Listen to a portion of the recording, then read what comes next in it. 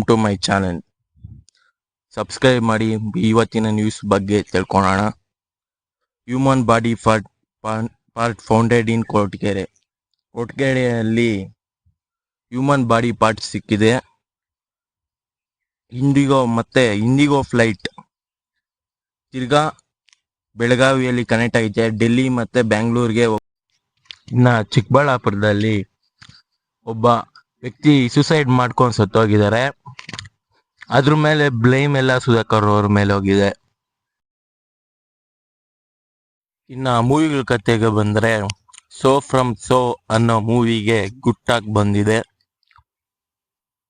ಇನ್ನ ಅಮೇರಿಕಾನಲ್ಲಿ ಎಲಿನಾ ಅನ್ನೋ ಒಂದು 87 ವರ್ಷದ ಆ ಅಜ್ಜಿ ಫಿಟ್ನೆಸ್ ಟ್ರಾನ್ಸ್ಫಾರ್ಮೇಶನ್ ಆಗಿದ್ದಾರೆ.